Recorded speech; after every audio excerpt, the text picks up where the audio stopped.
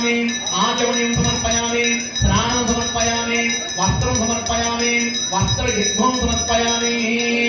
అక్కడ మీకు అందరికీ కూడా విభూతి ఇవ్వడం జరిగినది. ఆ విభూతి కాస్త ఈ వేలుతో తీసుకోండి. ఉంగరం వేలు, ఉంగరం వేలు బంగారం అంటారు మనకి టీచర్ గారు. ఆ ఉంగరం వేలు తీసుకొని విభూతిని కాస్త అమ్మవారికి పాదాల దగ్గర పుస్తకాలలో పెట్టండి. అమ్మ విభూతి లేని వారు ఎవరున్నారు?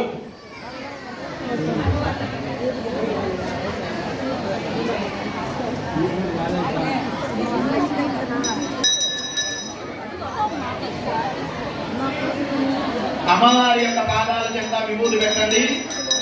ఉంగరం వేలుతో పెట్టాలా. ఈ యొక్క వేలు జ్ఞానం వేలు, ఉంగరం వేలు బంగారమే కదా ఎప్పటికైనా సరే. అంటే వేరే వేలుకు పెట్టుకోకూడదని కాదు దాని అర్థం. ఈ వేలు బంగారం కాబట్టి ఎక్కువ శాతం బంగారాన్ని పెట్టుకుంటారు. ఓం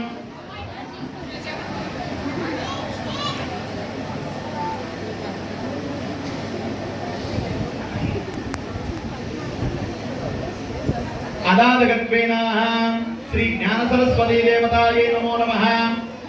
శుద్ధ ఉన్నత ఆసనం పరికల్పయామి, సర్వోపచారం సమర్పయామి, విశేషార్చనం సమర్పయామి.